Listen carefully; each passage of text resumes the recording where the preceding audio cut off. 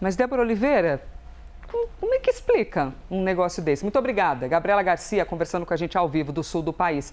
Por que a gente vê essa diferença entre o preço da gasolina e o valor do botijão de gás, por exemplo? Vamos lá, Elisa, só para quem está nos acompanhando entender um pouco. Existe um tempo diferente de repasse nesses preços para cada um desses tipos, né, de energia, se assim a gente pode dizer, né? Primeiro a gasolina e o diesel, que tem uma dinâmica diferente, até mesmo em toda a cadeia logística, para poder chegar através dos distribuidores na ponta final. E é uma cadeia um pouco mais detalhada, mais acompanhada, hoje tem uma transparência maior. E olha que ainda é necessário muita operação de checagem, inclusive como o governo tem feito, para ver se os repasses estão sendo realmente feitos. E algumas multas, inclusive, já foram dadas nesse caminho. Fiscalizações acontecendo, né? Exato. Então, esse alívio que a gente acompanha hoje, parte vem dessas medidas do governo que estão entrando ali em vigor e tem um efeito mais rápido para chegar na ponta final do que, por exemplo, do gás de cozinha. O gás de cozinha tem contratos diferenciados, você trabalha com essa compra futura, né, Elisa? O preço que você compra hoje e você vai vender, esse preço de hoje você vai vender amanhã, porque no final você tem um estoque maior, tem uma dinâmica diferente nos contratos e por isso a gente sente uma diferença maior nos repasses e por isso esse descasamento nos preços que a gente acompanha agora. Então, por isso existe essa diferença. Inclusive, há uma preocupação, porque no final essa guerra ainda não acabou.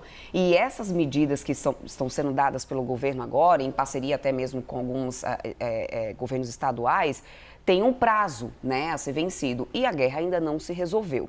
Então, ainda existe muita insegurança do como que a gente vai continuar caminhando, né, com essa questão dos preços, principalmente também do gás, porque assim como a gasolina e o diesel, para o gás de cozinha, a gente também depende de importação, Elisa, de cerca de 30% para dar conta da nossa demanda interna.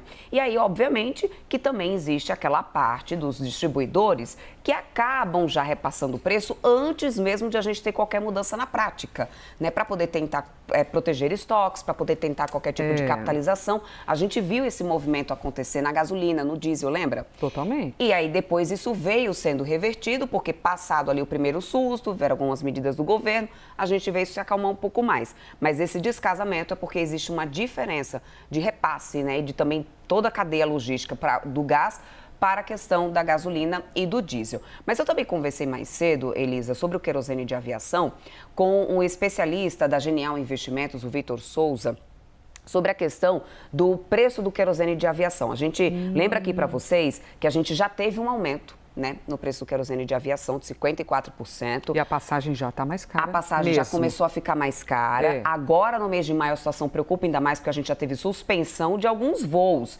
E a estimativa é que ainda fique mais caro, foi o que disse então, o especialista para a gente. Vamos dar uma ouvida? O querosene de aviação representa um pouco mais de 30% das despesas totais de uma empresa aérea. Então, se essa linha de custo está subindo 70%, é praticamente impossível que isso não bata nos preços das tarifas de aviação. Vale mencionar que isso não é só aqui no Brasil, é no mundo inteiro, tá? Então, o preço das tarifas de aviação vão subir, é praticamente impossível elas não subirem, tendo em vista principalmente a saúde financeira das empresas que operam aqui dentro do Brasil.